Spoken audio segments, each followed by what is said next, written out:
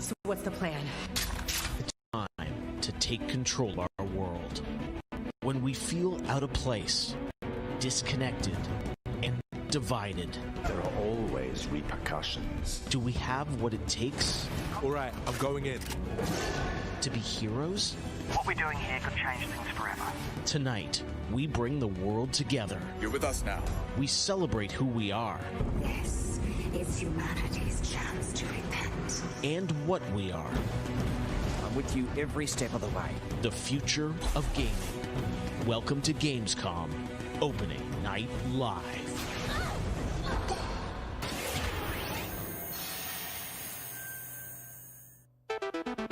Hello, everyone. I'm Jeff Keighley, and welcome to Gamescom Opening Night Live 2020. Now, this year, Gamescom is, of course, a little different than normal, and I hope all of you and your families are safe and healthy at home. In 2020, games have comforted and connected us more than ever. And with the launch of PlayStation 5 and Xbox Series X later this year, games are only going to get better. Well, all summer, I was hopeful we could get to this very moment, a big live showcase filled with more than 35 games to kick off Gamescom 2020. Tonight, you'll get a first look at Fall Guys Season 2 and an extended gameplay demo of Ratchet and Clank Rift Apart for PlayStation 5. Plus, we might have a couple surprises along the way, too. But before we start, I want to acknowledge and thank all the game developers, marketers, and publishers who have worked under challenging circumstances to keep us entertained. This show is nothing without them or my production team, and doing a show at this scale safely is not easy, especially when all of you at home have some pretty insane expectations. I hope tonight reminds you why you love to play games. And with that, we're going to move on to our first game, with a game that was just announced yesterday, Call of Duty Black Ops Cold War. And joining me is Dan Vondrack from Raven to tell us about the game and give you an exclusive sneak peek. Dan, how you doing? Good, Jeff. Thanks for having me here. This has been a dream project for us to work on from nearly the beginning of development. We knew Black Ops Cold War was going to be a direct sequel to Black Ops 1, and we loved the idea of returning to the pillars that built the Black Ops franchise: deniable operations, conspiracy grounded in history, and that shadowy world of paranoia. And we get to mix all those together, drop the player into the 1980s at the height of the Cold War, and it's really something that we know would feel relevant to today and also uniquely Black Ops. Well, you start playing with Black Ops, everyone wants to know characters. We saw yesterday in the reveal trailers, some familiar faces. So, Woods, Mason, break it down. How does this fit into the Black Ops canon? You said it's a direct sequel, so are we going to see a lot of familiar faces? Yeah, part of the fun in making this game was bringing back the iconic characters like Woods and Hudson and Mason and seeing how all those personalities mix with some of the new characters. So the campaign takes place in 1981, and we love that we've been able to have so many connections to the original Black Ops and really be that direct sequel to the game. Now, one thing that I'm really excited about this is you're pushing the storytelling in kind of a new direction with some branches and some options about how you play through the campaign. Can you maybe walk us through your thinking there? Yeah, one of the driving forces from early in development was to say, let's take this Black Ops thrill ride and infuse it with some player choice and some player freedom. Anything we can do to give the player a little more ownership over their experience. So that starts with allowing the player to create their own character for the Cold War campaign. They can name them and pick a military background and really pretend they are that Black Ops soldier that they want to be.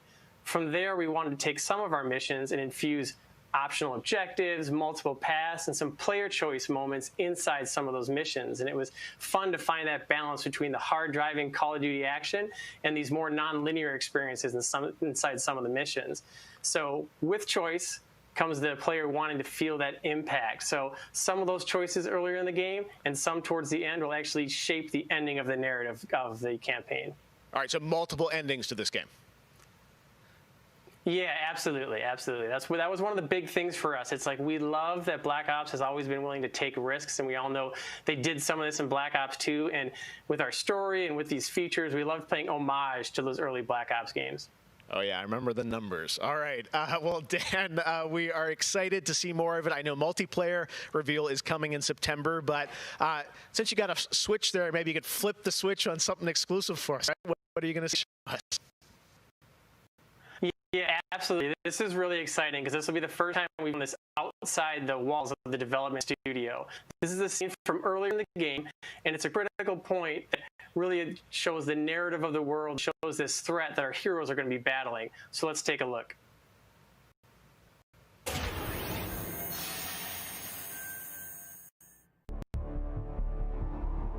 (1943). Detailed information from the Manhattan Project was stolen from Los Alamos by the Russian spy known as Perseus. 1968, the Vietnam War. Viet Cong soldiers, orchestrated by Perseus, attempted to steal an American-made nuclear bomb from a U.S. firebase. 5 days ago, while on a mission, we acquired intel that Perseus is in play again and planning an attack on the West. Perseus. The CIA's analysts consider him to be the single largest threat to the free world. Mr. Hudson, we're all aware of Perseus. We're also aware he's more myth than fact. I mean, personally, I think he's nothing more than the Russian boogeyman. General Haig, allow me to introduce the man best suited to respond to that. CIA clandestine special officer Russell Adler. He's one of the few people who even come close to capturing Perseus. Mr. Adler, why should we take this Perseus threat seriously? You don't have to, sir. Yeah, then a lot of innocent people are gonna die. Why do you say that? Sir. Every time Perseus has come into play, it's shifted the balance of the Cold War. After 13 years of silence, if he's active, something big is gonna happen. Something that will affect the free world.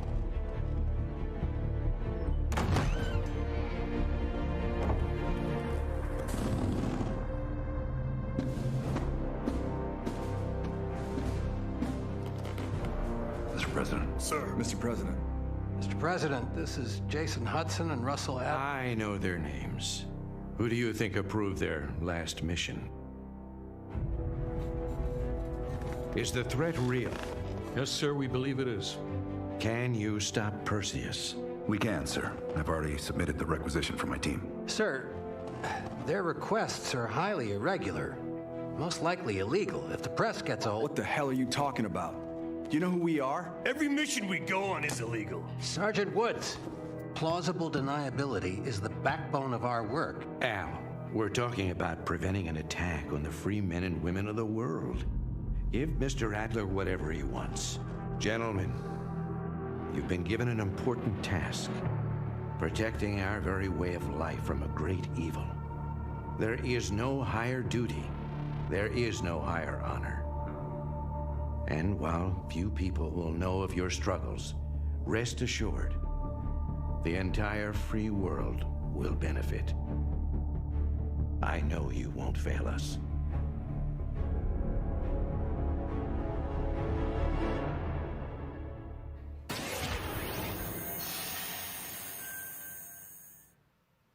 Tonight we have some new game announcements for you guys as well, including this one, a new next-gen narrative action-adventure game from Reflector Entertainment in Montreal. It's called Unknown 9. The game tells the story of Haruna, a woman raised on the streets of India and haunted by visions of her own death. Haruna struggles to understand her mysterious innate abilities to manipulate the unseen. Check out this first look.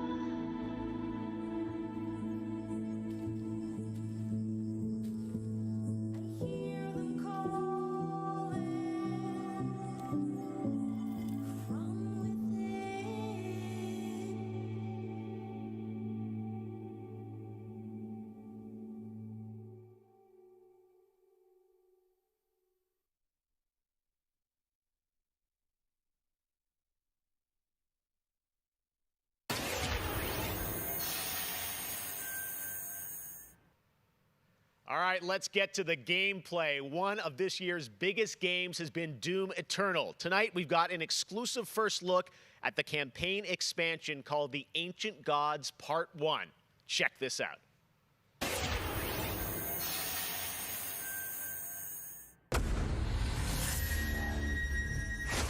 We've been allies for some time now.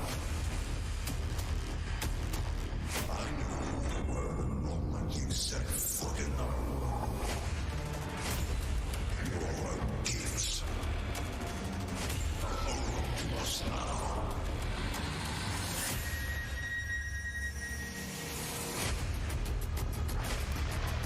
The Slayer has arrived. Please proceed with control, but assertive aggression.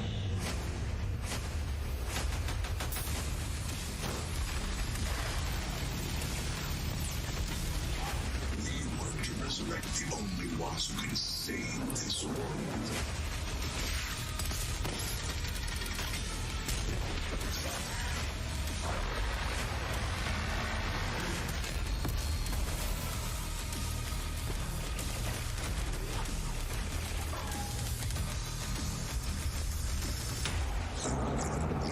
To serve the gods.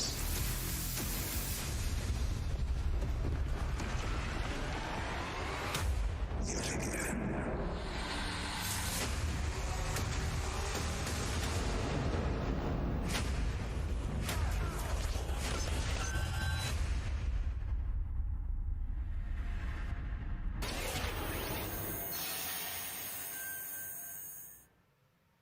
"2020 marks the 25th anniversary of a legendary game studio, BioWare.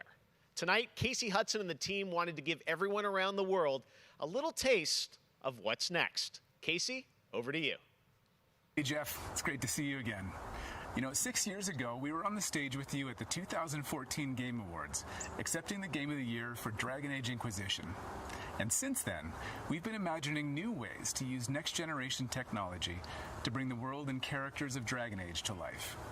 We're still in early production, but we thought it was time to give you the very first look at how BioWare's passionate team of developers are crafting this very special game.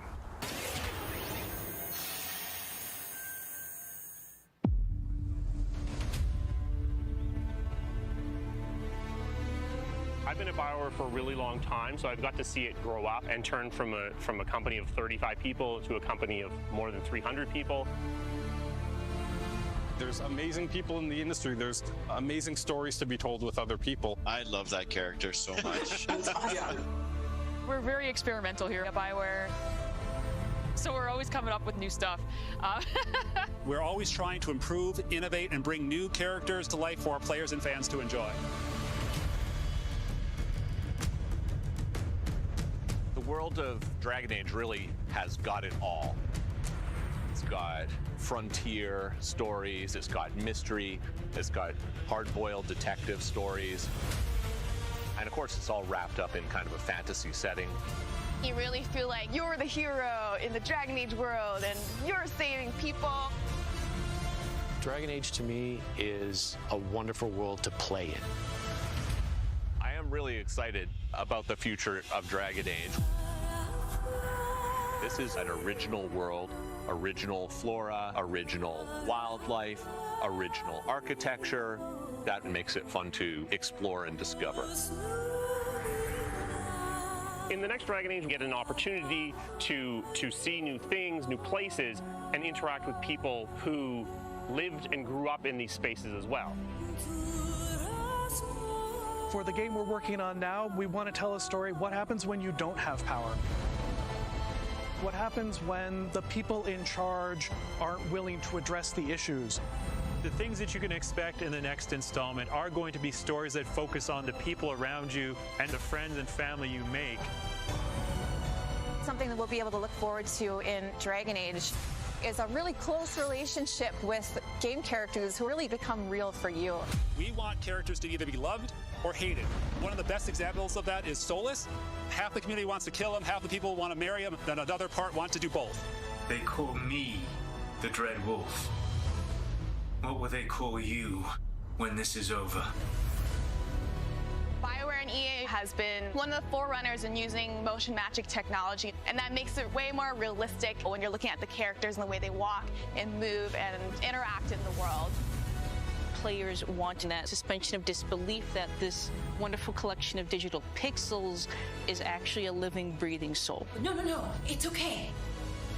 That's the good kind of rumble. I actually design bosses. I help with the creature design team as well. So I do all of like the big threats that you have to go up against. Nobody dies on my watch. For the Wardens! Choice is a big part of what Dragon Age is as a franchise. The decisions you make can affect change in the world. Decision making can mean that a party member lives or a party member dies.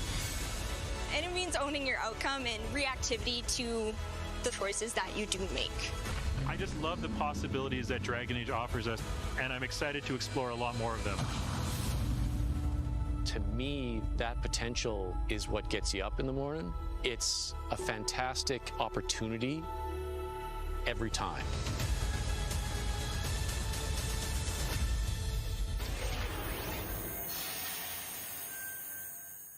Next up, it's time for something special.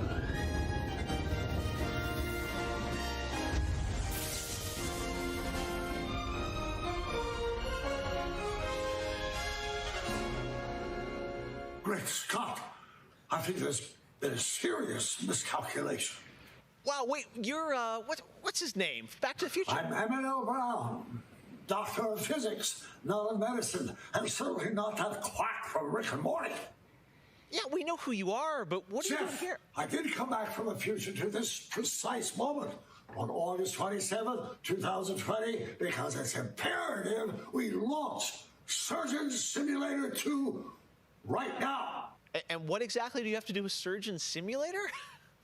During the mid-20th century, some friends of mine from Shire University invented a state-of-the-art medical training facility, otherwise known as the Surgeon Simulator Training Program. Now, 70 years later, we've digitized the experience. It's unbelievable. You can access the program through your computer and then be medically trained from the comfort of your keyboard. And it's available as of, great Scott, this very moment. Tonight, I want to world premiere a few examples of some of the incredibly successful test subjects who have already completed the course. So you're saying a world premiere will save our future? Only time will tell. And speaking of time, I'm off to another world premiere, Avengers 26, The Return of the Son of Thanos, opening 2077. And with that, I leave the fate of the human race in your hands. Just make sure you play Surgeon Simulator 2. Now, doctor's orders.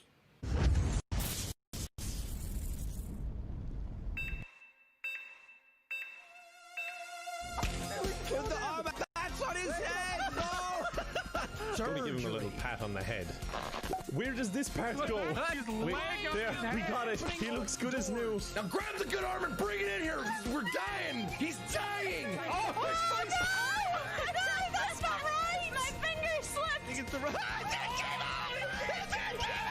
Jesus Christ! Put it back! Oh, He's perfect! We saved him!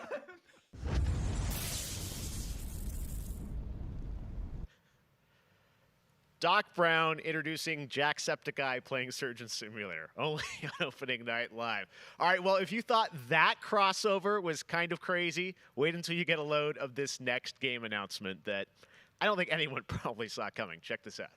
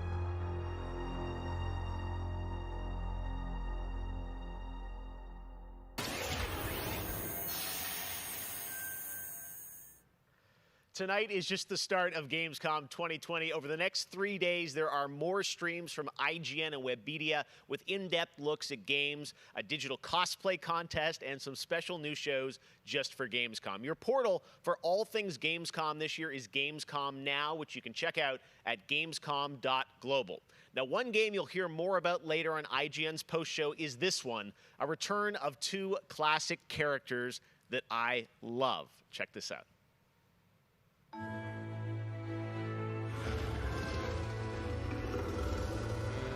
In a world gone strange,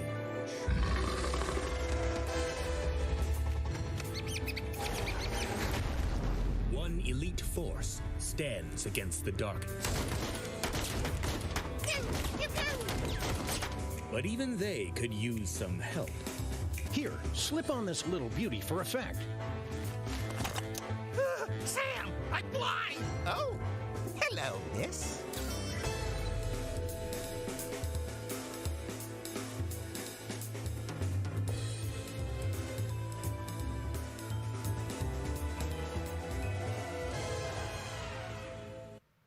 The return of Sam and Max. Yes. All right. And now it's time to say hello to my wonderful co-host for ONL from IGN. Please say hello to Sydney Goodman. Thank you, Jeff. What's up, everyone? I'm Sydney Goodman, and I am thrilled to be here. Gamescom is always such a fun event, and throughout the show tonight, I'll be telling you about all the different ways that IGN is involved in this year's festivities. But first, I have an award to announce. The winner of Best Nintendo Switch Game is Little Nightmares 2. Huge congratulations. Like I said, IGN is going to be here for all of Gamescom with great shows such as the Gamescom Studio, where you can find me and my co-hosts for all day long games content, interviews, dev talks, and more. Plus, we have Gamescom Awesome Indies, the show with and for indie developers. That premieres Saturday, August 29th at 7 p.m. Central European Time, so be sure to tune in for more announcements and special guests. And now, let's go back to Jeff for our next big world premiere. Awesome. Thank you so much, Sid. We are so excited to see what's in the Gamescom studio and also Awesome Indies, and I'm going to be on the Daily Show tomorrow, so looking forward to that. All right, well, on to our next game. In the next World of Warcraft expansion, players will journey beyond the mortal world of Azeroth to a place where no living soul has set foot before, the Shadowlands, the afterlife of an entire Warcraft universe. The infinite realms of the Shadowlands are watched over by different factions, known as covenants, each holding dominion over a different aspect of the afterlife. And depending on how someone lived their mortal life, they may end up as part of one of these covenants when they cross over into the Shadowlands. Today, we're excited to give you a closer look at the noble and pure Kyrian Covenant from the realm of Bastion, who are charged with carrying the souls of the dead into the beyond. So sit back and get ready for the world premiere of Bastion, the first in Blizzard Entertainment's new 4-part series of animated shorts called Afterlives. Enjoy.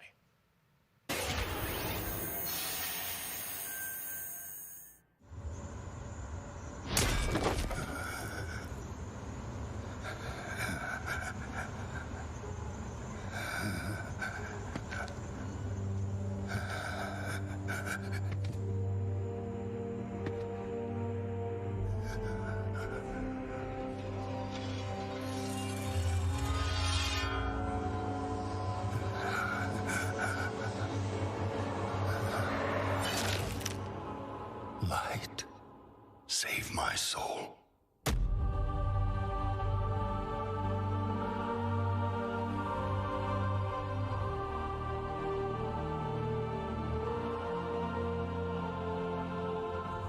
Uther.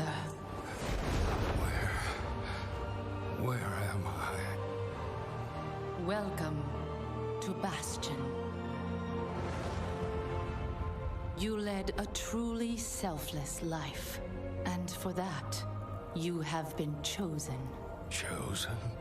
To shed your mortal burdens and join the ranks of the Ascended, serving to ferry the souls of the dead unto the Shadowlands. I serve the light, and my work is not done. There is an evil that must be... There is no evil here. The darkness was sealed within the maw long ago. You're wrong. He destroyed my home, murdered my people and my king. He must be punished. You are an aspirant now. You must accept your new purpose and purge yourself of this desire for vengeance. What I desire is justice. Devos, why are you training this soul? It is beneath your station as a paragon. He cannot let go. He continues to demand retribution for his death. And this concerns you? Many souls take eons to ascend. Yes, but this one seems broken, Thenios. Unlike any soul I have seen, I have begun to wonder whether he was deemed worthy of Bastion. By mistake. Be careful, Devos. I would not let the Archon hear such a thought. In time, he will forget. Trust our ways. Trust the path.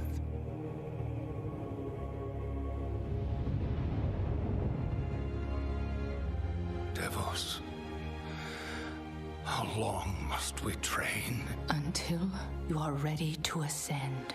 And what is keeping me from ascension? Nothing but the memory of your mortal life. How can I forget when I can still feel his blade? Your soul is wounded? Who did this to you? He was my student. He betrayed us all. Show me.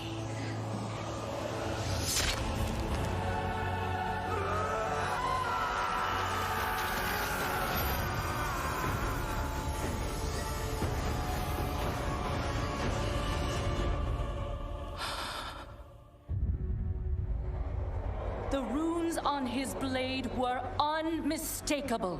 This dark agent runs free on a mortal world with the power of the Maw itself in hand. Our realm is imperiled. Impossible. The Maw is inescapable. You must return to the path. If he had purged his life, we never would have known of this calamity. The path is flawed. Enough! The order of the Shadowlands depends on the execution of our eternal charge. You will abandon this course. As you command, my Archon.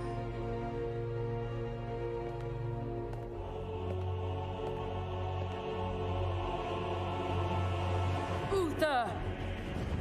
The time of your ascension has come. I thought I was not ready. Do you wish to see him punished? I do. Then prepare yourself.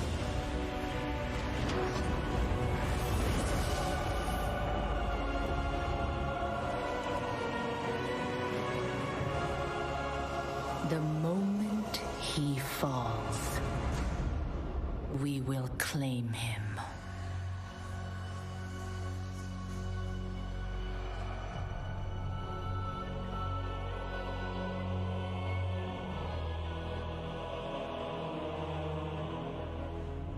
I see.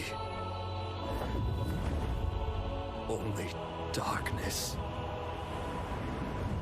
before me.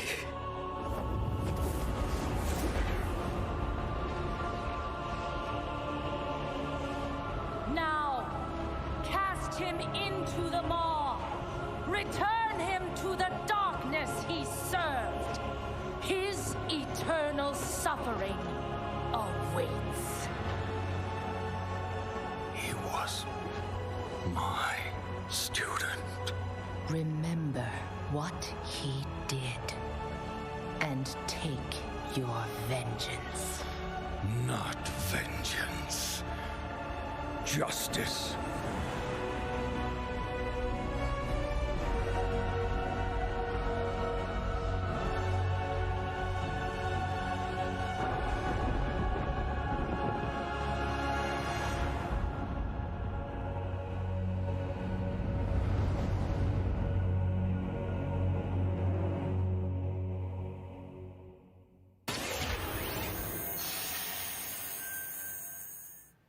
All right, hope you guys enjoyed that exclusive look at Bastion. Now, we know many of you can't wait to experience Shadowlands, and our friends at Blizzard want you to know the wait is almost over.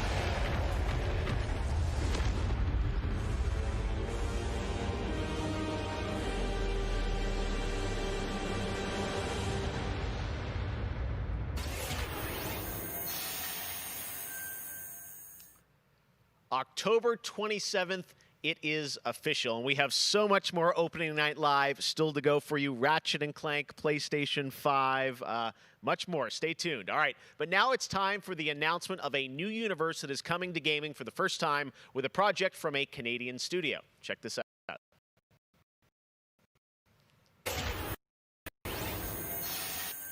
Have returned. They corrupted, divided, conquered, until finally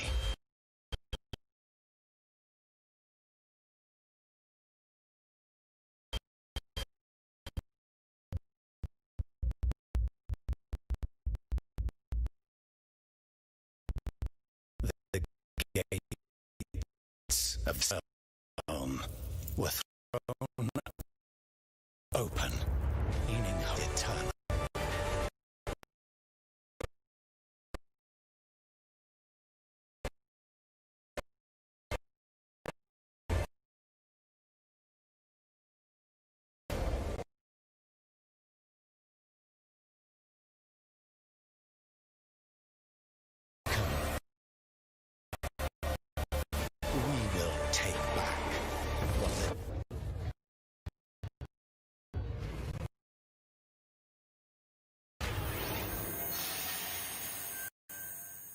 Back, I had some masked fun with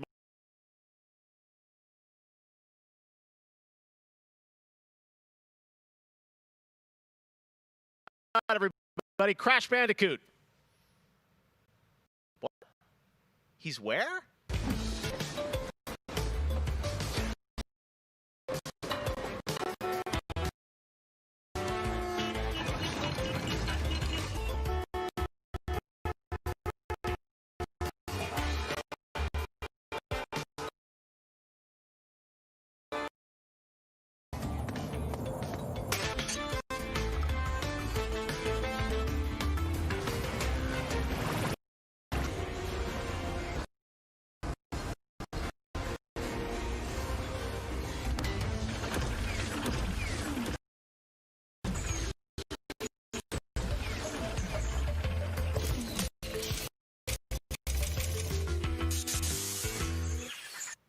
Tell us more about what we just saw. I'm joined by Lou Studdert from Toys for Bob.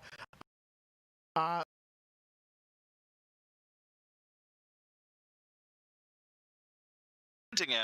was kind of our reveal of what we call flashback tapes, which are a brand new style of level that we are announcing here today. Okay, so how do these flashback levels kind of play into the overall Crash 4 narrative? Yeah, so the way that the flashback tape levels work is that they are kind of a peek back in time to the 90s when Neo Cortex was actually testing on Crash and Coco before the events of Crash Bandicoot 1.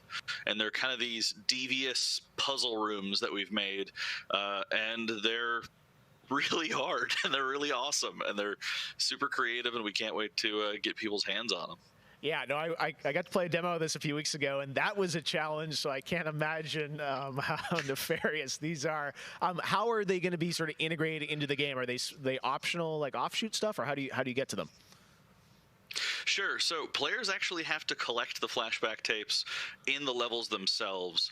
They're an object that they can pick up, and to actually pick them up, they have to reach them in the level without dying. It's kind of our homage to the death routes from the original trilogy. So players have to reach these objects in the level, pick them up, and then once they get them, they'll get access to these unique levels.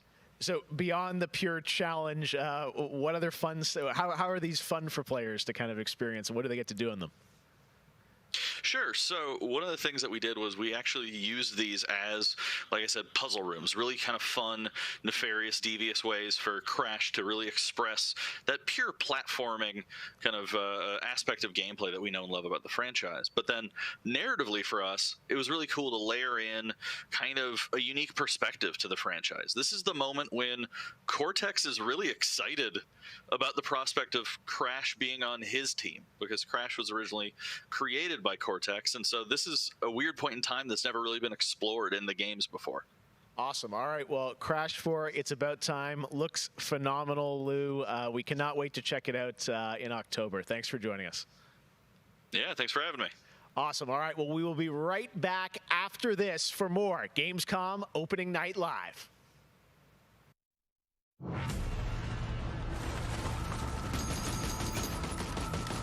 I have become terror. The unseen predator. A rupture that obliterates without warning.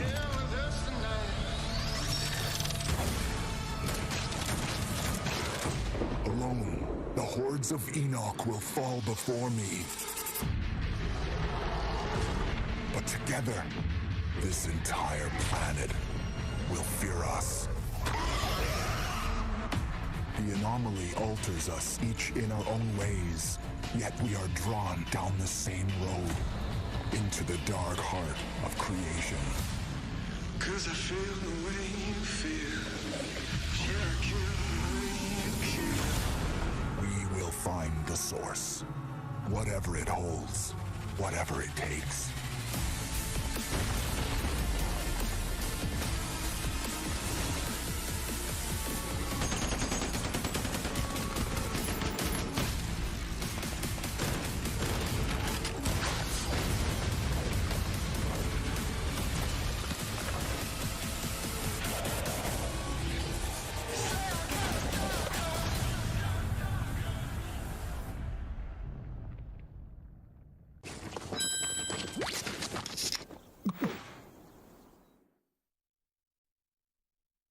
Welcome to the Hyperscape.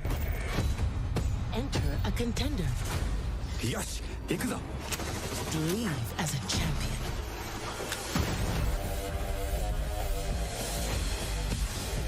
This is it.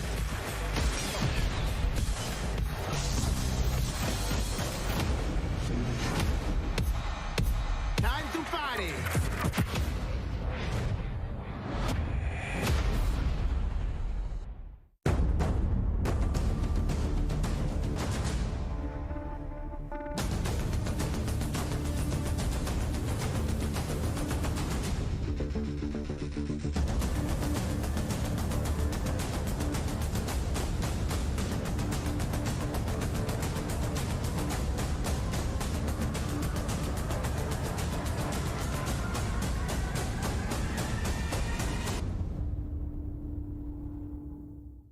Welcome to Necromunda. I can see you're new here.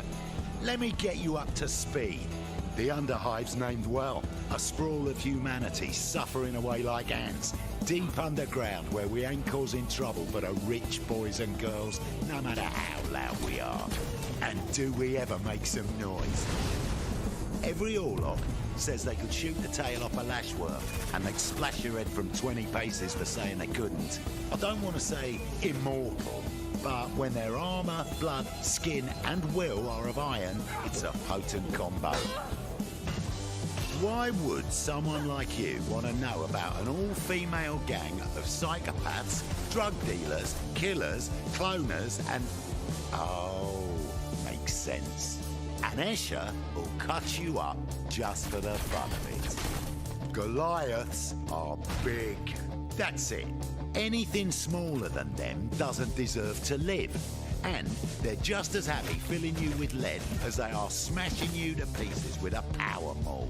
Now, mixing that whole pot together in a place like this, you can imagine what happens. Chaos, gang warfare, for wealth, for power, hell, sometimes just for fun.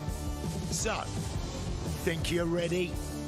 Necromunda Under Hive Wars comes to PlayStation 4, Xbox One and PC on September 8th. O futuro dos jogos, além de realidades virtuais extremamente fidedignas e realistas, eu acho que também se encontra em formas mais expressivas e absurdas, quebrando cada vez mais esses paradigmas de formato de videogame que a gente tem e sendo usado mais do que nunca como uma ferramenta de expressão artística.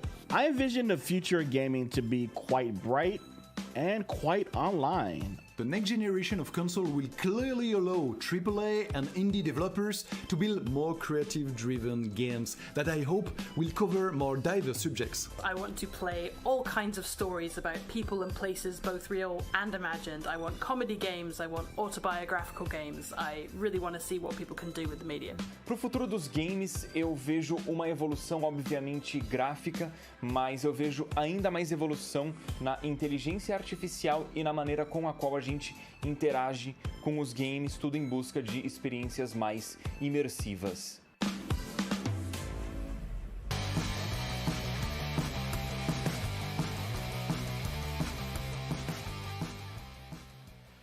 You know, one of the things I love about opening night is that we can show you the biggest games in the industry and also smaller titles that should be on your radar.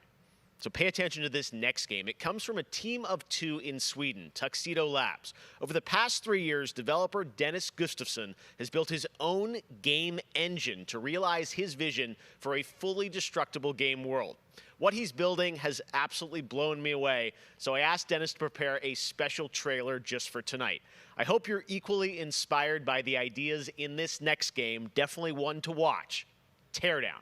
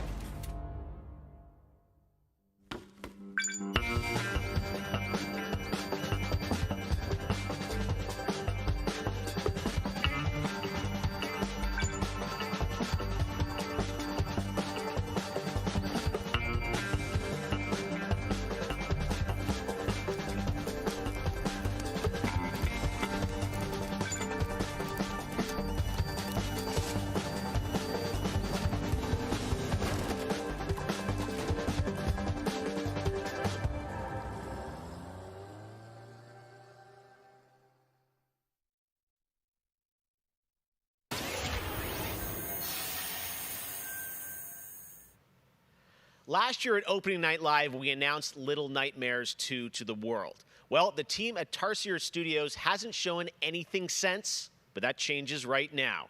Here is a first look at the gameplay of Little Nightmares 2, which is coming next February, with more to come throughout the week at Gamescom, including a live demo on Gamescom Studio tomorrow.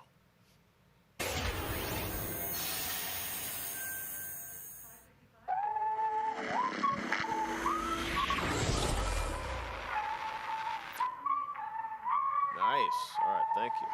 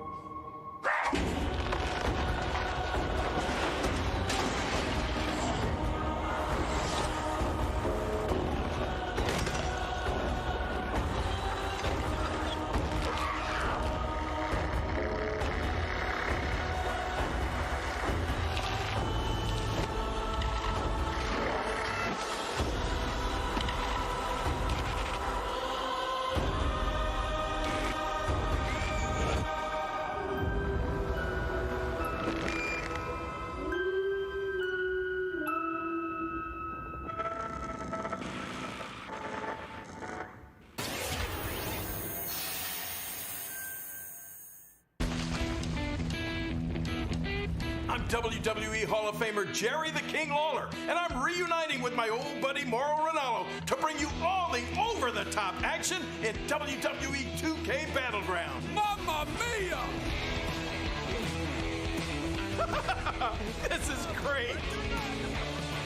This arcade-style video game is over-the-top outrageous, with over 70 WWE superstars and legends brawling it out like never before.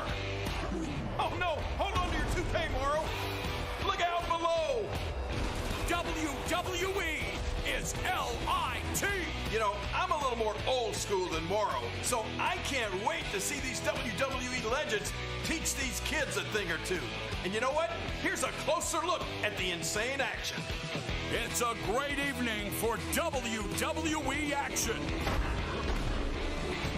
Oh, wow! Take that, Mauro! Man, it's so good to see the Bella Twins at their best. And now, let's keep this party rolling with another matchup. Oh, look out, Mauro! The Undertaker has risen, and Finn Balor is about to be taken for his last ride. Mamma mia, what a move! Finish him! Oh, no! He just hit the snooze button! How do you lose like that? What's the matter with you legends? This is just an example of the pandemonium that you're going to experience when you head to the Battlegrounds. Whew, that's a big toy hammer! Oh, I can't believe my eyes! Seth Rollins delivers the stomp! What a night. What a night! This is the greatest thing I've ever seen! Pre-order WWE 2K Battlegrounds today and brawl without limits. Mamma mia! Oh, sorry, Mauro. I know that's your line. Hello again. I have even more awards to announce, so let's get right down to it. The winner of Best Action Adventure Game is Watch Dogs Legion. The city needs a resistance. And it starts with you. What do you say?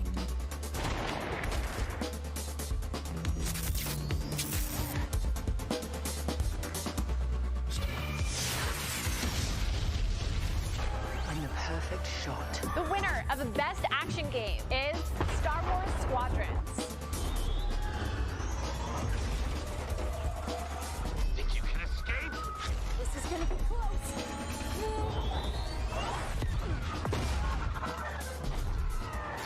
The winner of Best Multiplayer Game is Operation Tango. Operation Tango. It takes two to save the world.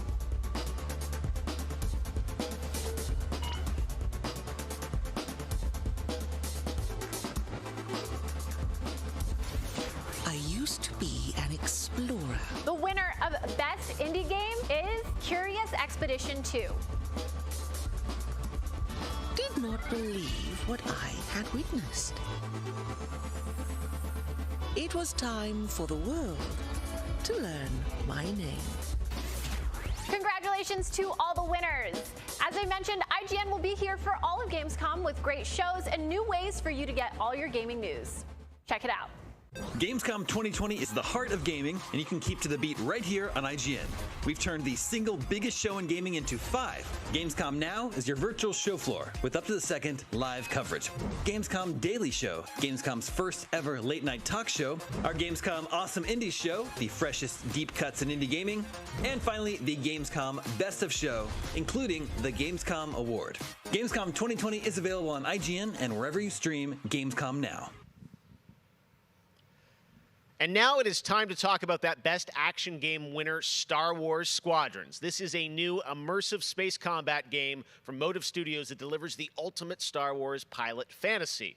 We've missed those. In Squadrons, you'll suit up and fly for both the New Republic and the Galactic Empire across intense 5v5 multiplayer battles, as well as an all-new, authentic single-player story set after the events of Star Wars Episode 6, Return of the Jedi. Today, we'll get a glimpse at what Squadron's story has to offer by taking a brief look at one of the single-player missions featuring some light narration by the Motive team. Let's check it out.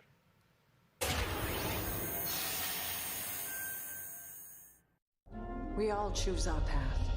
Light or dark. Freedom or destruction.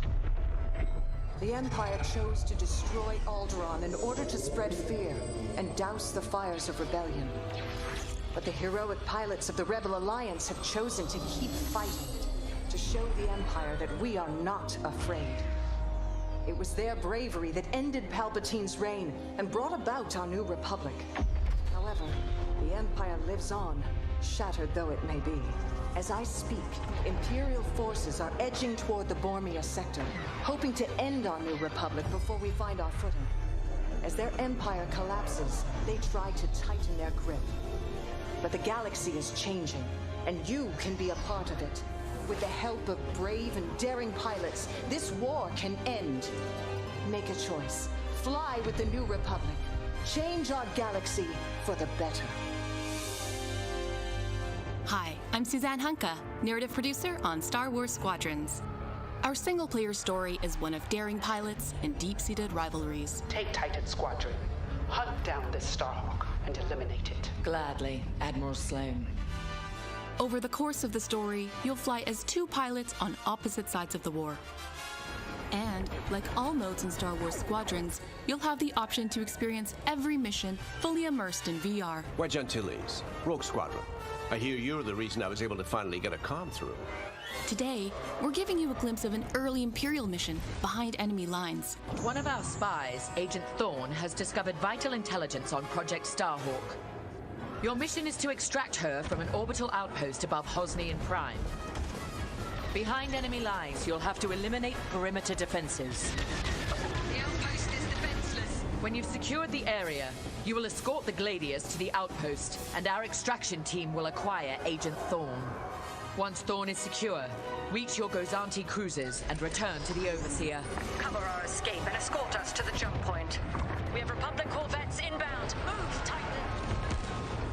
Gladius, change course and keep Agent Thorne safe. Titan 3, take out those fighters. Understood. I'll handle it.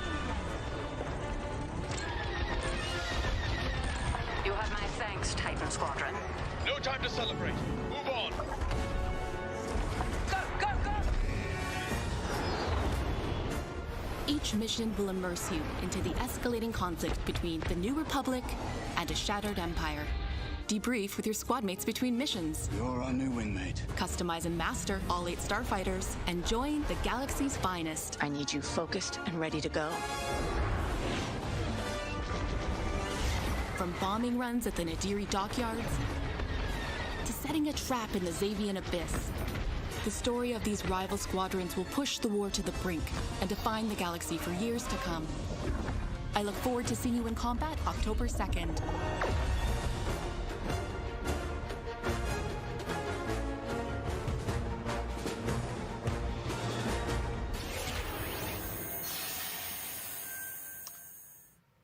That is not all EA has to share from a galaxy far, far away today. At Star Wars Galaxy Edge, you can enter the world of Batuu, where you can visit Oga's Cantina or jump into the Millennium Falcon on a run to Smuggler's Cove. It was this incredible adventure at Disneyland Resort and Walt Disney World Resort that inspired The Sims' latest game pack. Check this out.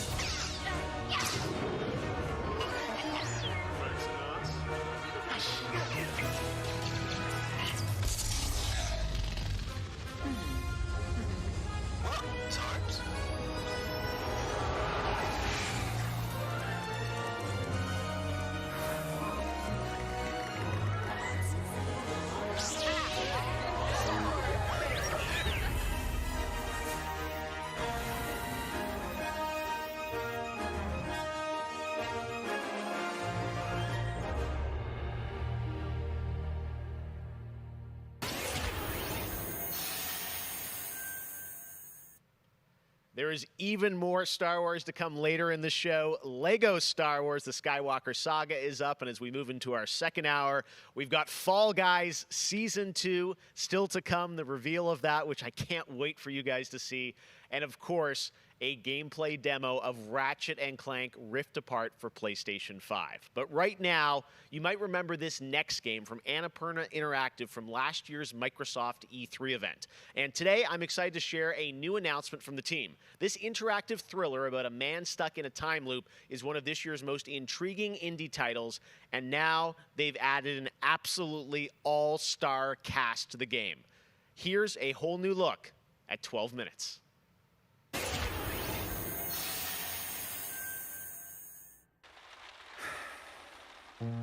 All right, close your eyes. I want you to think of a flower. Look at its contours, its curves. Now I want you to imagine it changing. Moving backward, returning to its bud. Think of that bud, unopened. Look at it as a whole. Then silently repeat these phrases. May you be free from suffering.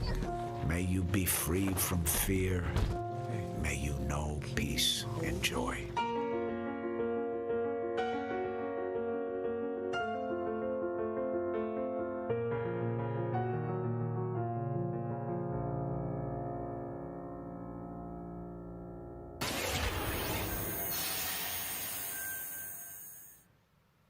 That's going to be a really special indie game. So glad to announce that here on the show. Now, last year at the Game Awards, we announced Godfall, a new looter shooter coming to PlayStation 5 and PC from Counterplay. Tonight, we've got a quick sneak peek of one of the new Valor plates with more footage coming as part of Gamescom 2020. Check this out.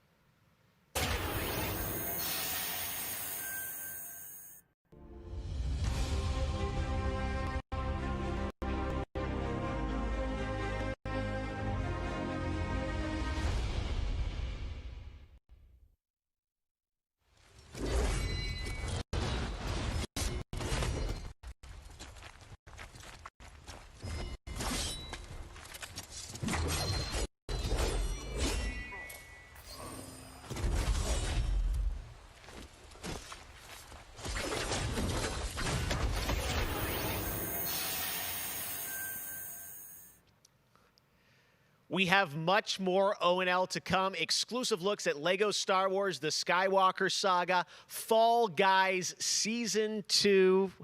Wait until you see what the Mediatonic guys are up to, and so much more. But first, I'm sure you saw that earlier this week, Heart of Deimos, Warframe's newest expansion, was released on PC, Xbox, and PS4. And today, it's also on Switch, all platforms. Here's a look at the Heart of Deimos. Expand, explore, tear the veil asunder, subvert new territory to our sovereign will. But that was what it wanted too.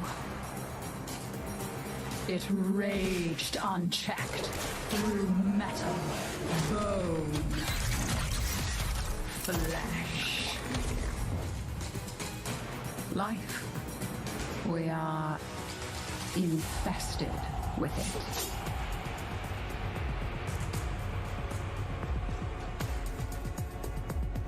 What? Visitors? Now, the gateway is failing. The jaws close. The final heartbeat approaches.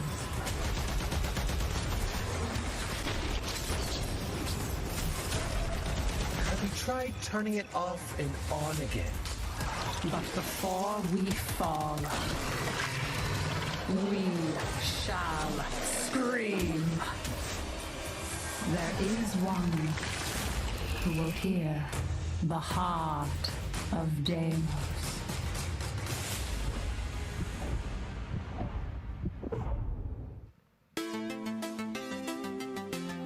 So many people have been discovering or rediscovering video games during lockdown, whether it be older people or bored teenagers or middle-aged parents who suddenly find they have to do something together with their kids.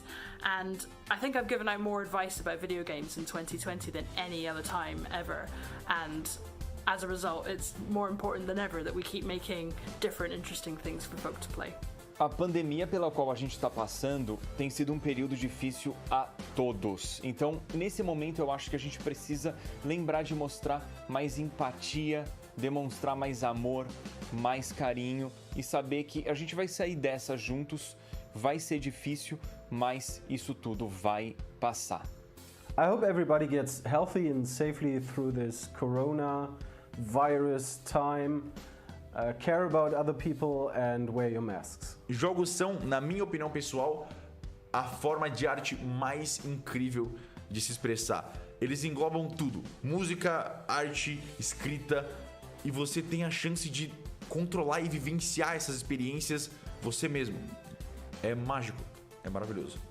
Jogos são puro amor.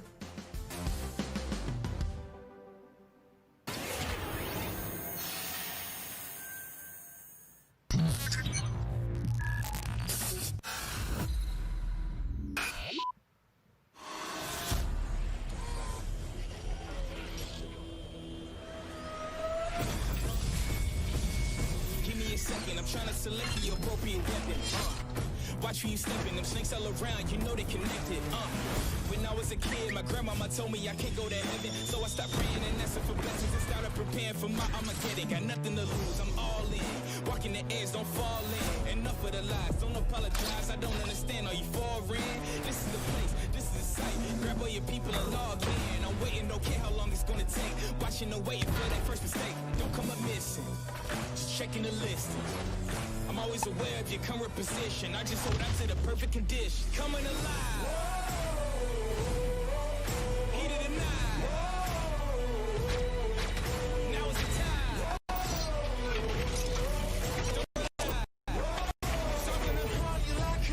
Coming alive. Heat of the night.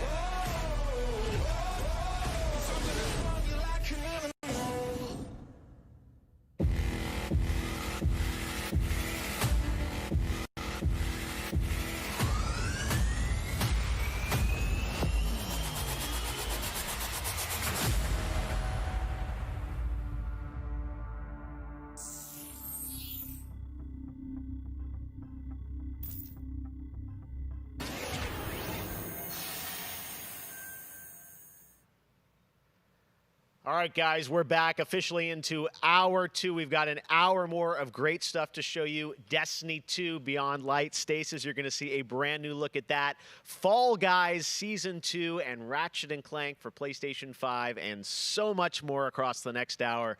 Opening Night Live continues, and it just is the start of Gamescom 2020. But right now, on September 25th, Mafia Definitive Edition launches, a comprehensive, built-from-the-ground-up remake of the original Mafia. Tonight, we've got the exclusive debut of the next trailer, called A Life of Reward Too Big to Ignore, which deals with Tommy's induction into the Salieri crime family. Check this out.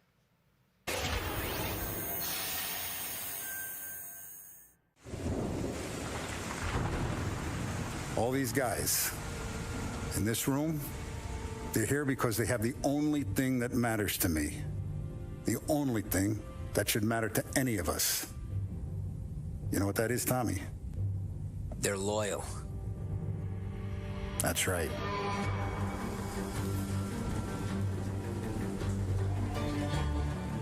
One day you're busting your back, doing an honest day's work in a city that's been trying to scrape you off its heels since the day you stepped off the boat.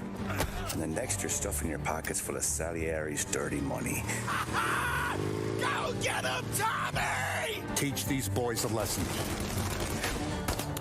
Break every bone in their bodies. You want me to become one of those Wall Street boys? Don't sass me, Tommy.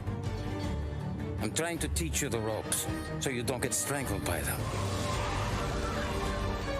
Now you stay straight with me, you're gonna be living the high life, Tom. You abuse my trust. Don Salieri, you won't ever need to worry about me. Okay, then. Welcome to the family.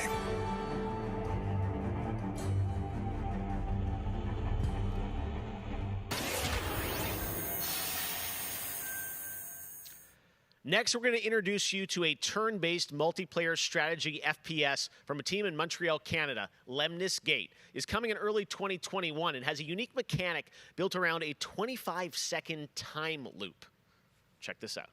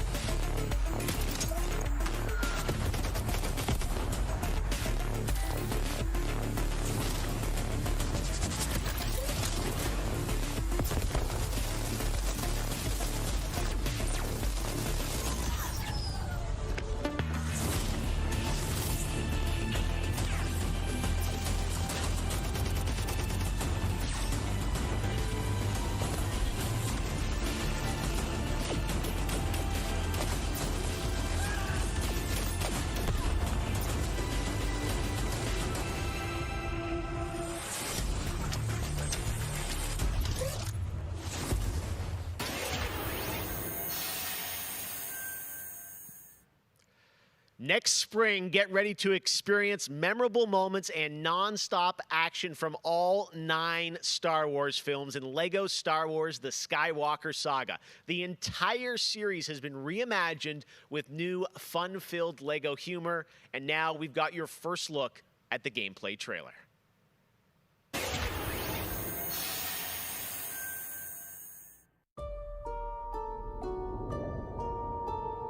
I want to learn the ways of the Force and become a Jedi like my father.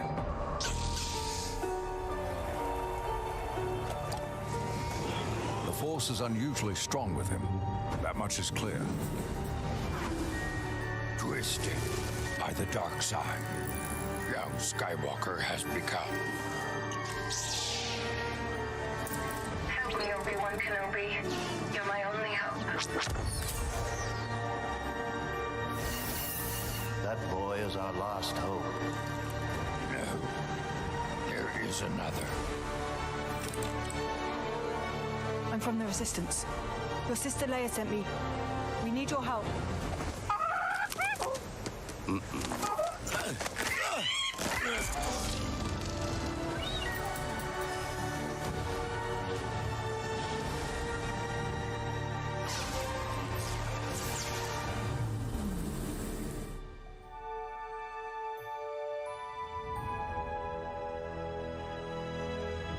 The Force will be with you, always.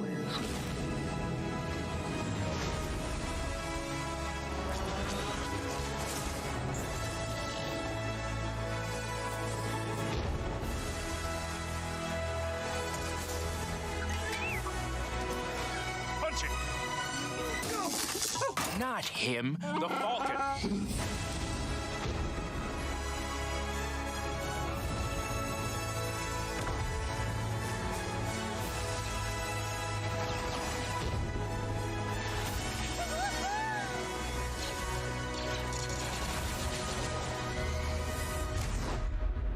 I am a Jedi, like my father before me. So be it, Jedi.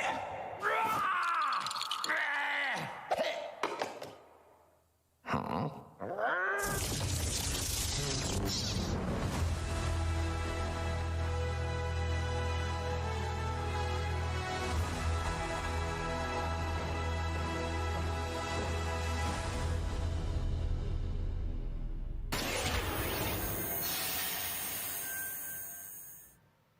Man, LEGO Star Wars looks so fun, coming to next gen as well. All right, we'll be right back with more world premieres from huge new games like Ratchet and Clank, Rift Apart, Medal of Honor, Above and Beyond, and Destiny 2. But before that, here's a look at a game that is launching tonight on Nintendo Switch and Steam. It's called Struggling from Frontier, a fun physics-based platformer where up to 2 players control Troy, our fleshy hero. Check this out, and remember, you can play this tonight.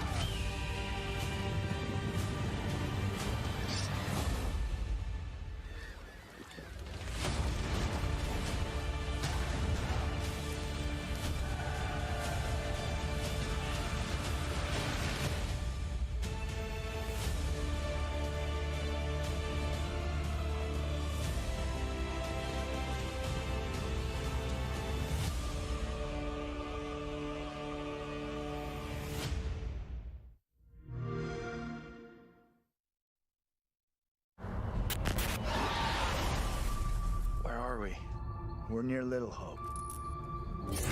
Did you hear that? What more proof is needed that the devil walks among us in Little Hope?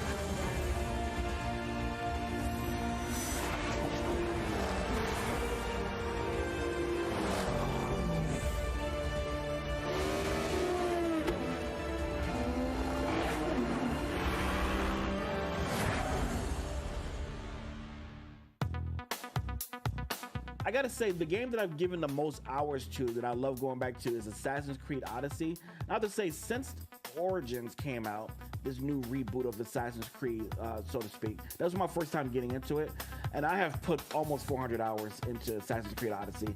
At the moment, I enjoy to play Fall Guys with my friends. It's very funny, easy to learn, but hard to master. I have a few games that I binge play, games that I return to every year. Halo, the entire Master Chief Collection, is really a big one for me where that's concerned.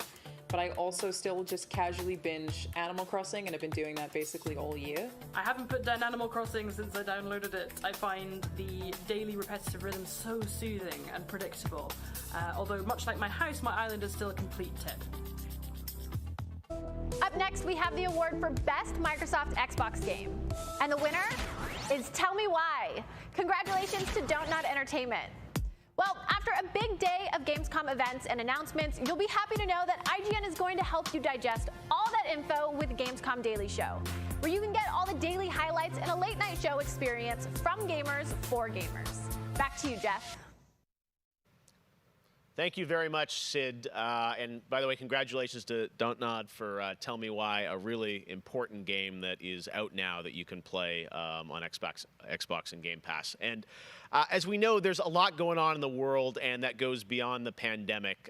Between social conflicts we're seeing in the news and acts of nature, we can see how vulnerable we as people can sometimes be. And now I think it's as important time as ever to remember to come together and support one another. We are a global gaming community. There are millions of people watching tonight, and I know we're all here because we love games, and we know that games are good in the world and can bring us together, and I think we've all felt that in 2020. So I think that's really important to remember amongst all the games and trailers. All right, well, one way as a community we can come together to do some good is the Gamescom Forest. Gamescom has launched a reforestation project by planting a Gamescom Forest together with the community. Gamers worldwide can go to gamescom.global and donate to plant more trees. So let's plant a forest together. All right, well, now we're going to move on to another game, and this one was announced back in May. Chorus is a dark space combat shooter where players take control of Nara on a quest to destroy the dark cult that created her, featuring rich, ray-traced 4K 60 FPS environments on next-gen hardware. Here is the first look at gameplay from Chorus.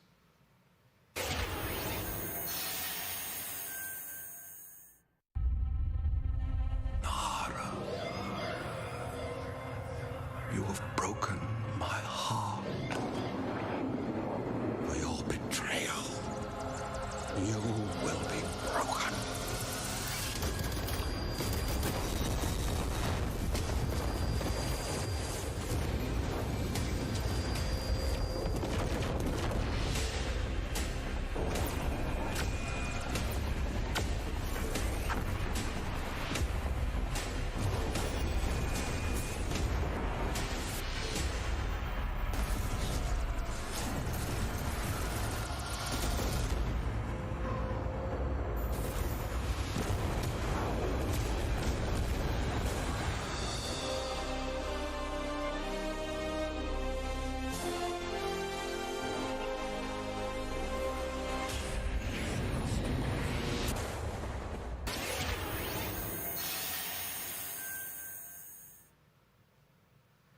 How many crowns have you won? If one game has defined the summer of 2020, it absolutely is Fall Guys from Mediatonic in London and Devolver.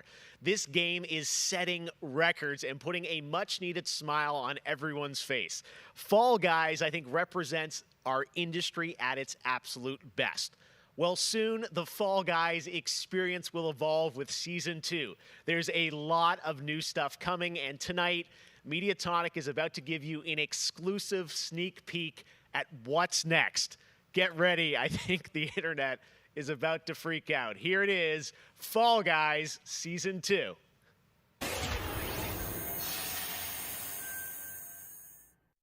Hey, I'm Joe. I'm the lead game designer on Fall Guys Ultimate Knockout, and I just want to reach out and say thank you to everyone who's been playing and enjoying the game so far.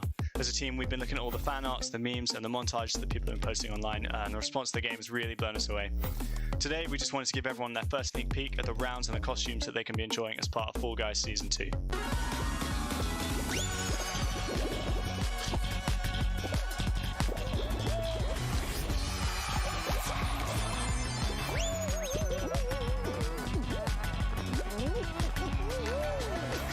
Season 2, you'll be dressing your Fall Guy as a medieval hero and competing across brand new rounds inspired by epic quests from the Middle Ages. Traverse giant drawbridges, dodge swinging axes, and scale movable siege ramps in the quest for ultimate game show glory.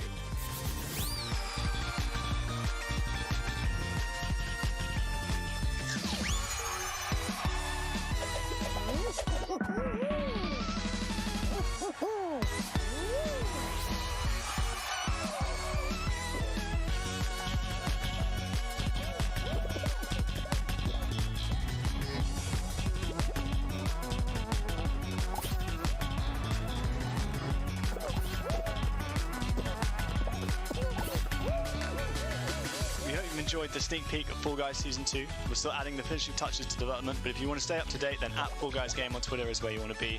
See you on the start line.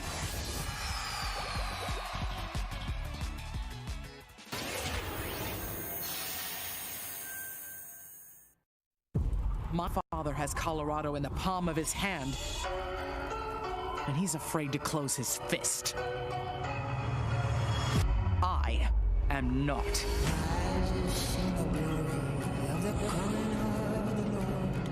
His truth is marching on.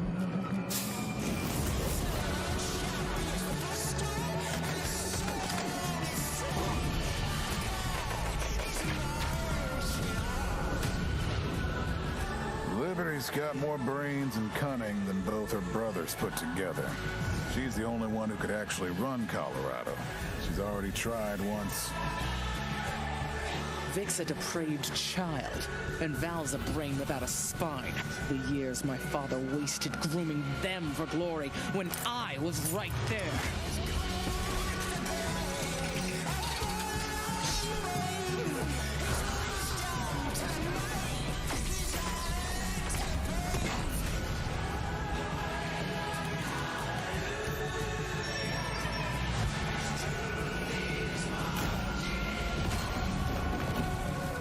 Back to Arizona, Rangers, and I'll pretend none of this happened. Stay, and you die alone.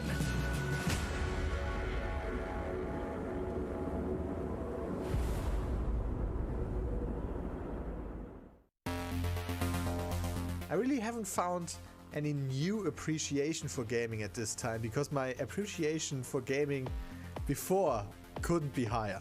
Com certeza, jogos multiplayer preenchem completamente a conexão social que eu preciso ter com outras pessoas nesses tempos de isolamento, e é o mais próximo que a gente pode ter de experiências reais com pessoas que estão longe da gente. You get to travel all over the world in games, which is something I've always taken for granted.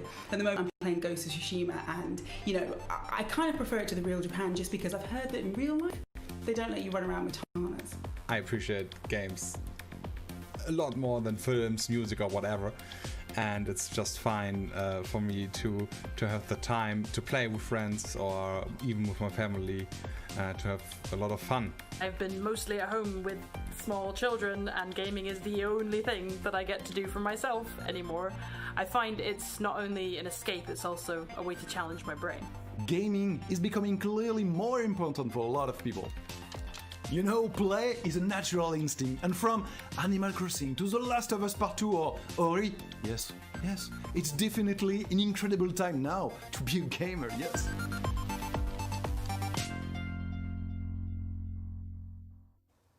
Hey everyone, I'm Vince Sampella, head of Respawn Entertainment. When we set out to create Medal of Honor Above and Beyond, we knew we wanted to bring the series back to its roots. The Medal of Honor franchise is known for its powerful and exciting single-player stories that put the player in the boots of a soldier who was there. It's a series that is grounded in history, which tells emotionally authentic stories. Peter Hirschman, who directed the original Medal of Honor in 1999, is back at the helm of this project. You'll hear more from him in just a bit. Peter and I actually worked together on Medal of Honor Allied Assault in 2002, and I'm really happy he's joined us at Respawn to craft a completely new experience in VR. The team is creating a riveting and emotional journey through World War II like you've never seen or played. It weaves in the personal stories of the veterans and survivors of the war through powerful interviews that help set the stage for what players will experience. It's more than just a game. And we could not be more excited to show the world the next look at Medal of Honor Above and Beyond and the game's action-packed story. Let's take a look.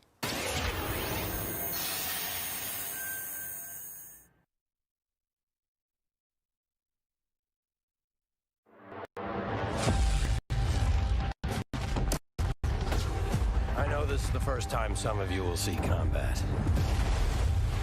I know you're scared. Let me be clear with all of you. I'm scared too.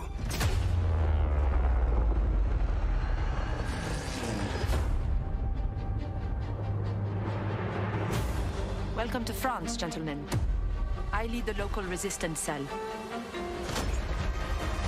Something big is happening inside Gestapo headquarters, and we don't know what it is.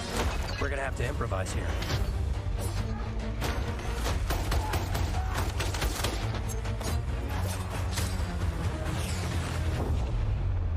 Members of the resistance are perhaps the bravest people fighting in this war. But you really should stop. There is no future in it. Sorry to interrupt, Lieutenant.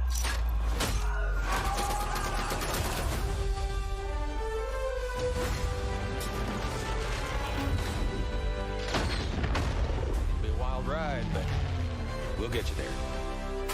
Jet fighters, brace yourselves!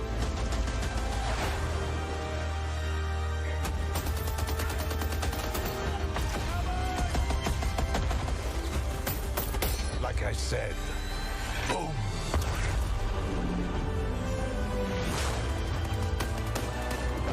There are things as people I'm willing to sacrifice myself for.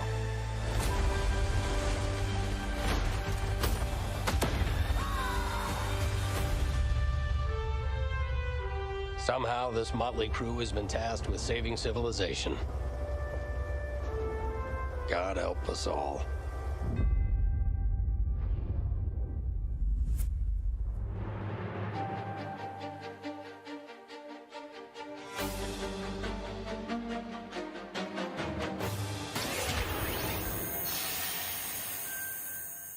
Thank you so much, Vince. That looks incredible. And now we're here with Respawn Entertainment's Peter Hirschman, game director on Medal of Honor Above and Beyond, to talk more about their new VR experience. Peter, I got to say, the trailer really grabbed me. Such an incredible story that you're telling to. Tell us a bit about this single-player experience. What can we expect? Well, Jeff, thank you for having us on the show. I'm representing a whole team back at Respawn that's been working really hard on this, and it's so exciting to premiere the trailer with you. Medal, going back to its roots, was always about putting the player in the boots of a soldier fighting in World War II. And with VR, we're able to do that in almost a literal way.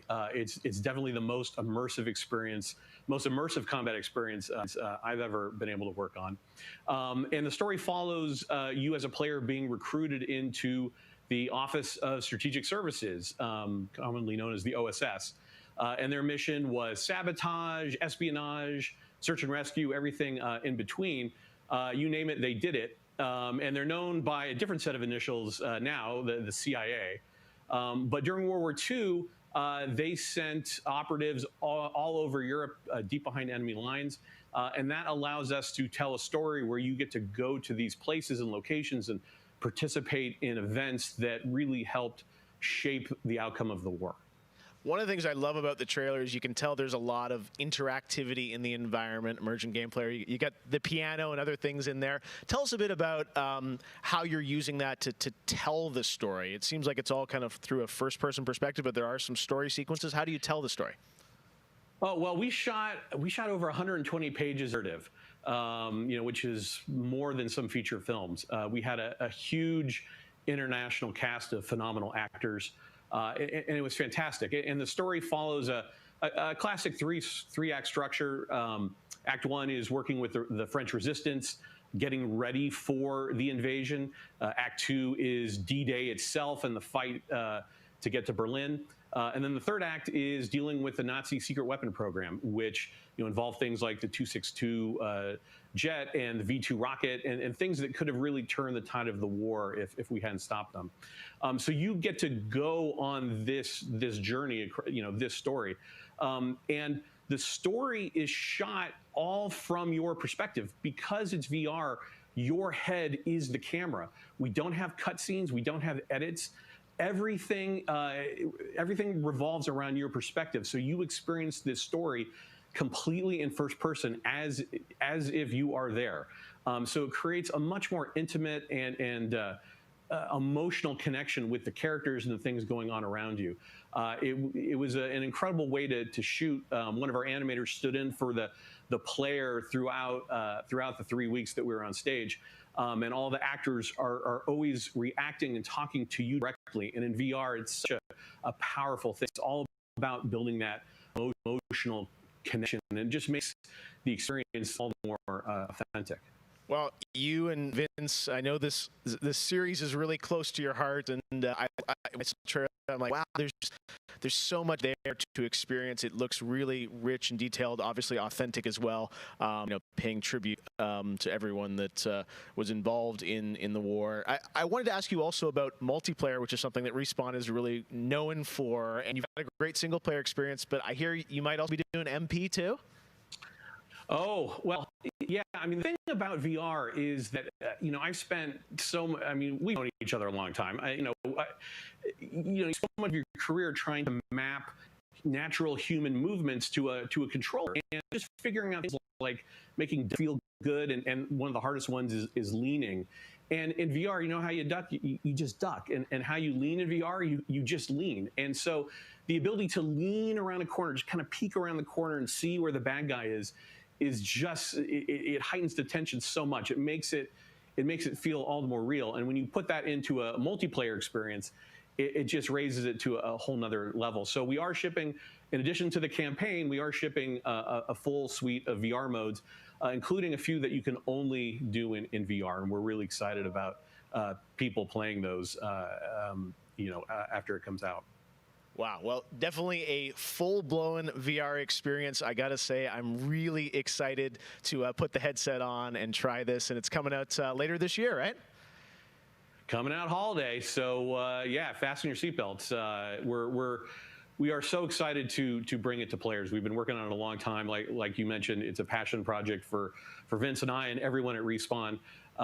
It's a wonderful full circle experience for a lot of us that started our careers working on those original set, going back first one and Allied Assault, and now to be able to bring Above and Beyond to a whole new generation is one of the most exciting things we've been involved with. Awesome. Thank you so much, Peter. Opening Night Live will be right back. And in the meantime, here's a look at a new game that is launching tonight. The world was broken, fractured by the magic the Vow Keepers said they would protect us from. Spellstorms still rage across the ruins of the Hollowlands. This is proof, they said. It isn't safe. It can't be controlled. Magic cannot be used.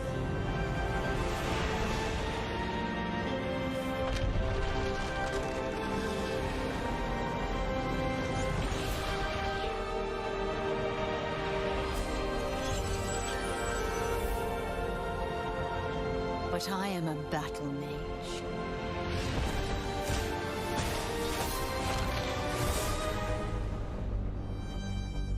I have broken my vow, and now I fight to break free.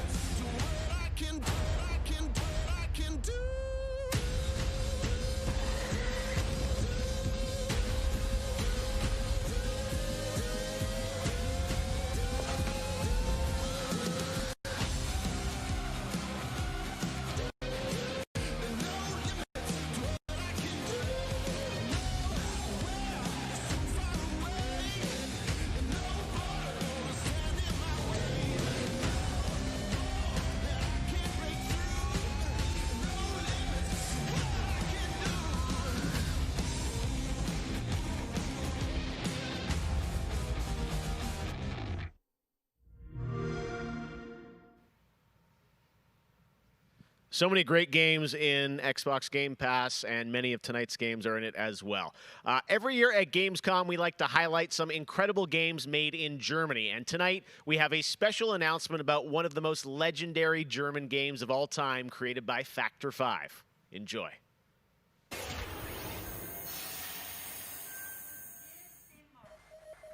最初タリカンの音楽を聴いた時に曲が素晴らしいだけじゃなくてアミガのサウンドそのものも素晴らしいと思いましたね。日本じゃ本当に聴いたことがなかった音楽でした。Factor 5 was so far ahead of the curve, and each of their games pushed game technology as far as possible. I'd say they're one of the greatest indie developers of all time. サウンドはすごいわ、グラフィックは綺麗だわ、ゲームプレイも滑らかで満足いくものだわで、本当にすごかった。今回タリカンのコレクションが出るってことをとても嬉しく思っているし、これはまた当時みたいにみんなに見せて歩きたいなと思っています。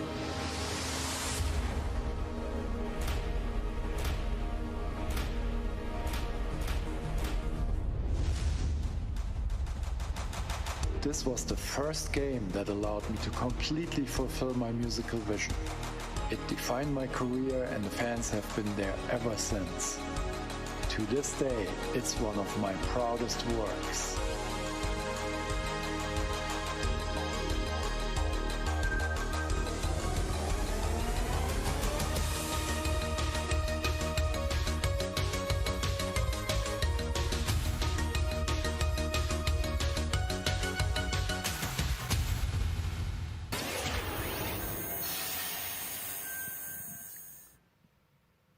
In June, Bungie revealed a new era of Destiny 2 that starts on November 10th with Beyond Light. For the first time ever, Guardians will add a new elemental power to their arsenal, the dark power of Stasis. With Stasis, players will take on the powers of darkness to control and dominate the battle. Here's an all-new look at Stasis from Destiny 2 Beyond Light.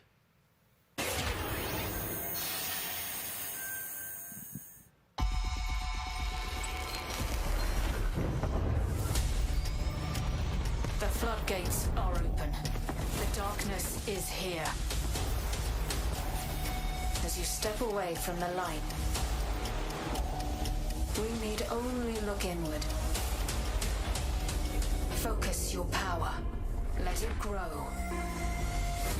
Our fight is far from over.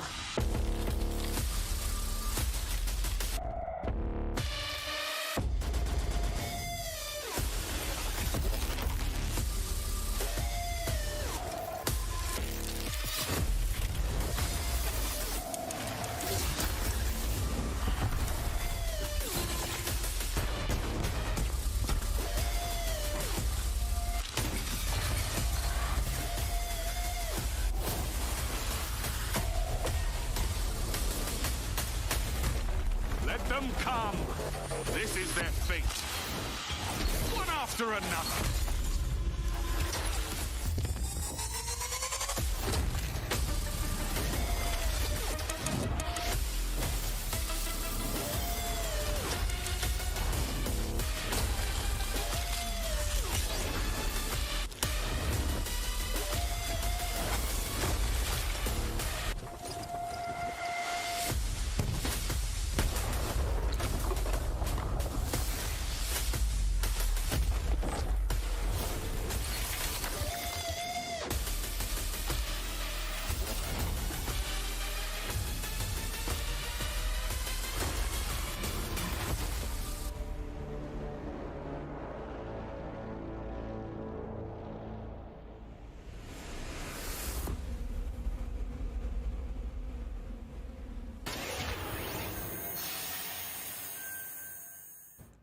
One more award to give out tonight, and that is Best Sony PlayStation Game. So, without further ado, the winner is Cyberpunk 2077. Congratulations. Of course, there are even more awards than the ones I announced tonight. So check out the Gamescom Awards user voting, where you can vote for your favorite streamer, Gamescom's Most Wanted, and Best of Gamescom. The winners will be revealed at Gamescom Best of Show, along with cool cosplayers, esports, and more. So tune in on Sunday, August 30th at 8 p.m. Central European Time to see the grand finale of this year's Gamescom, where we give gamers the stage. That's it for me tonight, but before I turn it back to Jeff, I just want to say that I hope everyone out there is staying safe and healthy. We're all in this together, so take care. Back to you, Jeff. Thank you very much, Sydney, and it's great to have you on the show again this year. All right, well, a lot of people have been wondering, what will the next generation of gaming feel like? How will it be different? What is that generational difference? Well, back in June, we saw the announcement of Ratchet and Clank Rift Apart from Insomniac Games, a title which uses the power of PlayStation 5, the SSD hard drive, and the DualSense controller to create an experience that Insomniac says is only possible on brand new hardware. Well, now it's time for you to decide if you see the difference. Here's an extended, uninterrupted demo of live PlayStation 5 gameplay of Ratchet and Clank Rift Apart. Enjoy.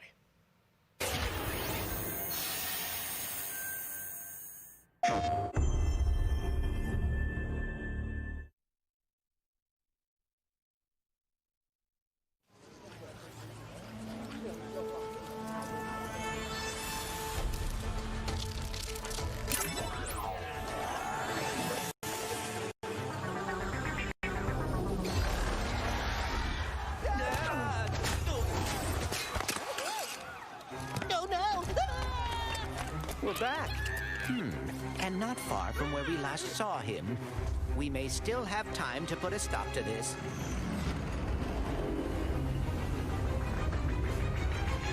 Hey, I think I found the Wombat! Oh dear.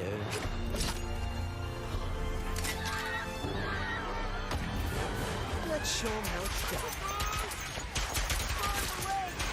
All right, bringing out the big guns.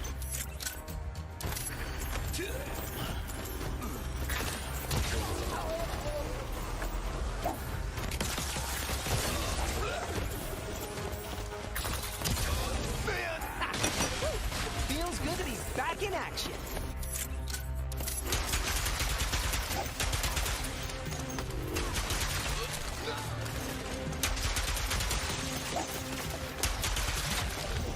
Last one! The train's pulling away. Let's go! Now I'm definitely gonna miss my train!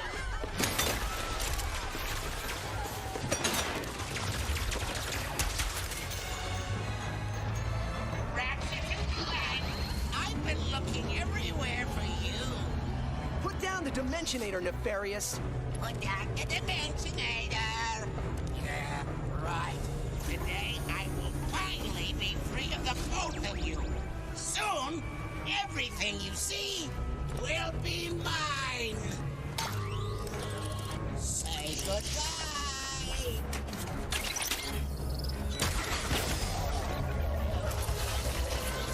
What did you do?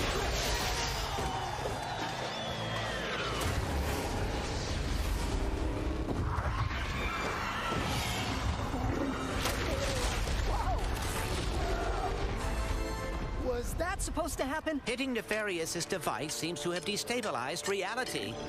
The bridge is shot! There has to be another way across. The rifts appeared to react to your device.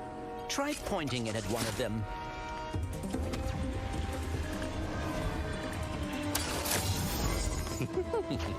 That was rather exciting.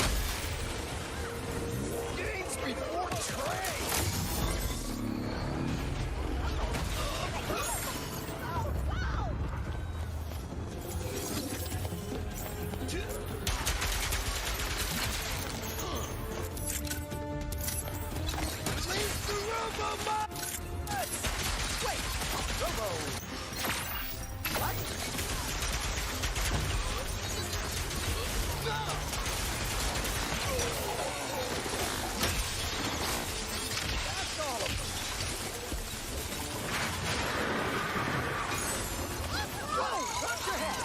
This is worse than I had imagined.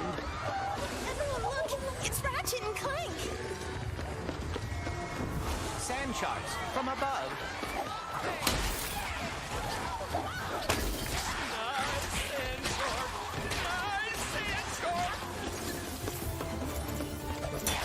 My heroes!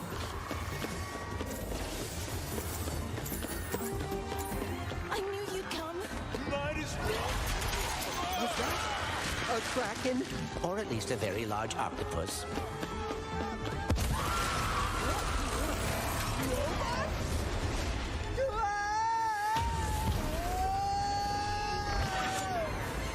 I will never get used to that.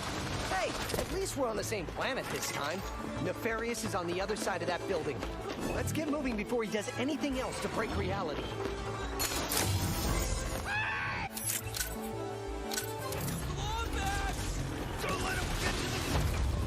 Did Dr. Nefarious really resurface after all these years just to try and take over the universe again?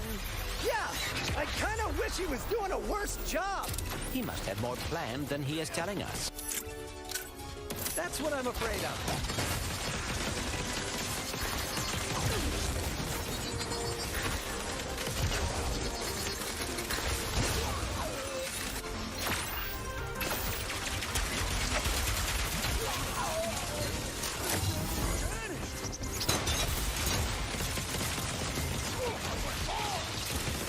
Can't wait to see what's new.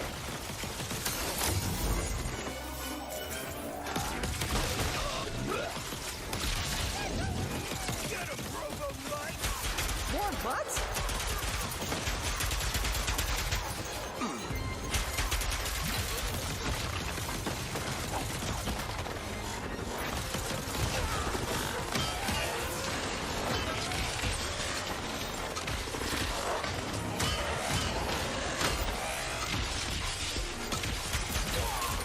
That's all of them. We have to get the Dimensionator away from Nefarious.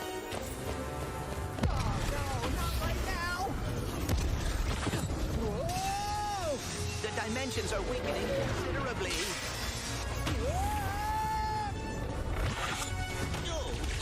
How bad is it?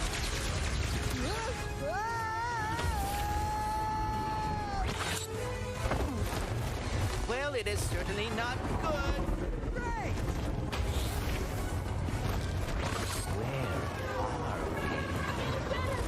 Beats me.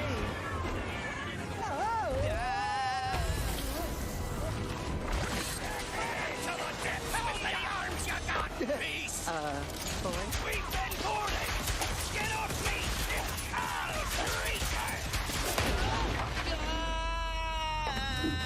Clank!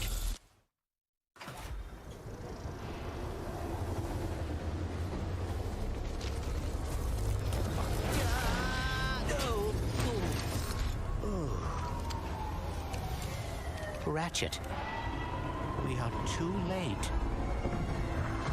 Ratchet? Who?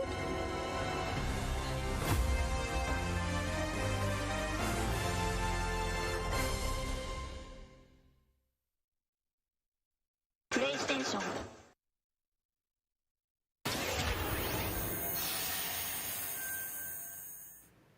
There you have it, Ratchet and Clank, Rift Apart, and now I am joined by Marcus Smith and Mike Daly from Insomniac Games. Guys, it was so great to see that long, uninterrupted demo of Rift Apart, and I have so many questions. It's amazing to see what you're doing with the power of PS5 and the SSD. Let me ask you first, Marcus, what are you able to do with Rift Apart that you haven't been able to do before in a Ratchet game because of the power of PS5? I mean, first and foremost, it's just pure horsepower, enables us to fill our worlds with the kind of density and life that we've never been able to do before. More importantly, perhaps, though, is the dimensional shifting that we have going on, which uses the SSD that allows us to fling the player from planet to planet to planet lightning fast, like in way, way faster than anything we've ever been able to do before. Yeah, the Rift tether, we saw that in the demo. We had seen some of that in the trailer. So that's all actual gameplay. Mike, I'm curious, like, how does that work as you kind of play through the game? Are there certain moments and levels where you can jump, or how do you play through that? Yeah, so in the game, there is dimensional damage spread throughout the galaxy that Ratchet and Clank have to find a way to fix. And you can find these weak points in space-time that you can pull to you with your Rift tether. It's like being able to lasso a portal. And that enables you to basically like warp across the world to find new places to discover or gain a tactical advantage in combat. Wow, yeah, I got to say, like, when you see that and you imagine the jumping from multiple worlds at instantaneously almost, and it sounds like there's no load screens throughout the entire game? That's right. We're going seamless. That's right. Yep.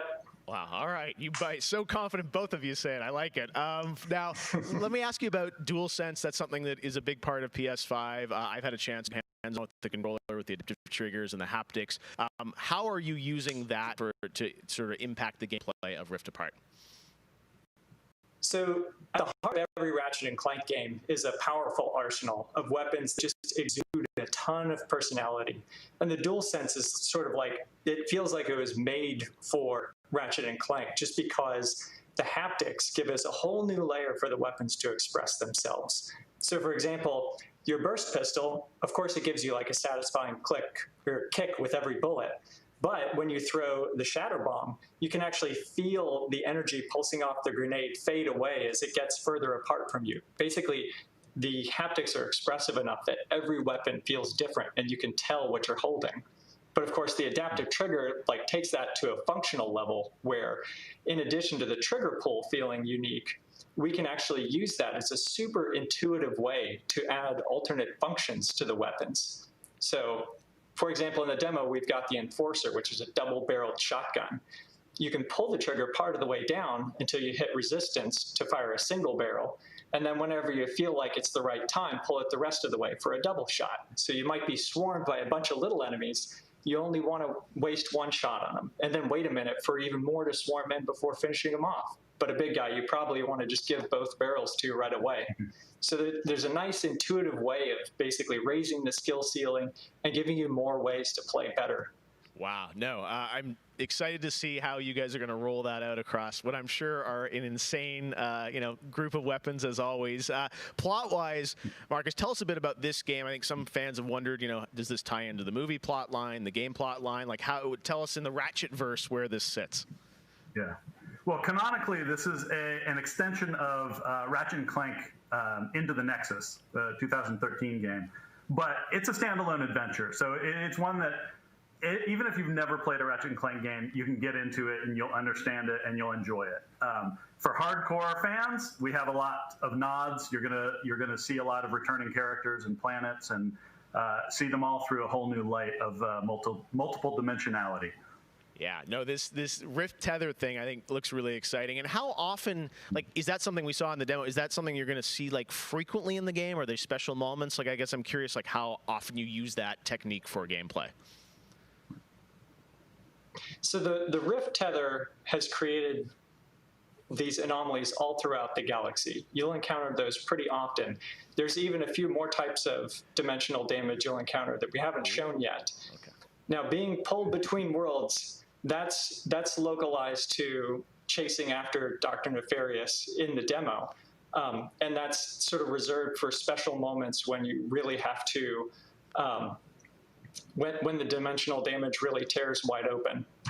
Well, I got to say, it looks incredible. And then at the end, we got another tease of this female Lombax. I know you guys have confirmed she is playable in parts of the game. I think everyone wants to know, though, do we have a name for her? The world is more interesting with mysteries, and we're going to have to keep this one a little longer. Do we get a number of letters in her name or anything? Too many smart people on the internet. They'll figure it out right away. She's not named Abby, though, right?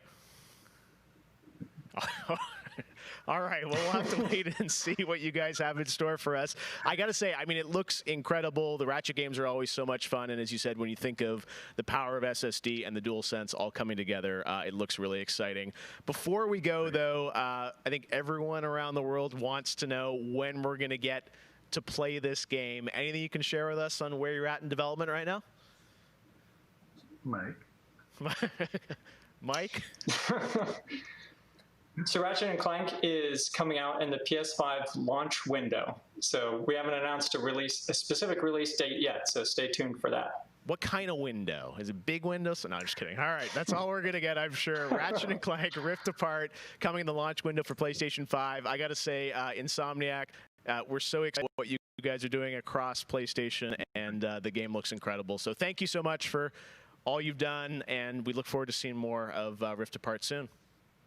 Thanks, Jeff. Take care. All right, Marcus and Mike from Insomniac, thanks for showing us that first look at Ratchet & Clank or PlayStation 5. And that's going to do it for Opening Night Live. Thank you so much for watching from around the world, and make sure to stay tuned all weekend for more live Gamescom coverage at Gamescom.global. As for us, we'll see you later this year for the Game Awards 2020. Our team is hard at work to build a very special live show for you coming in December.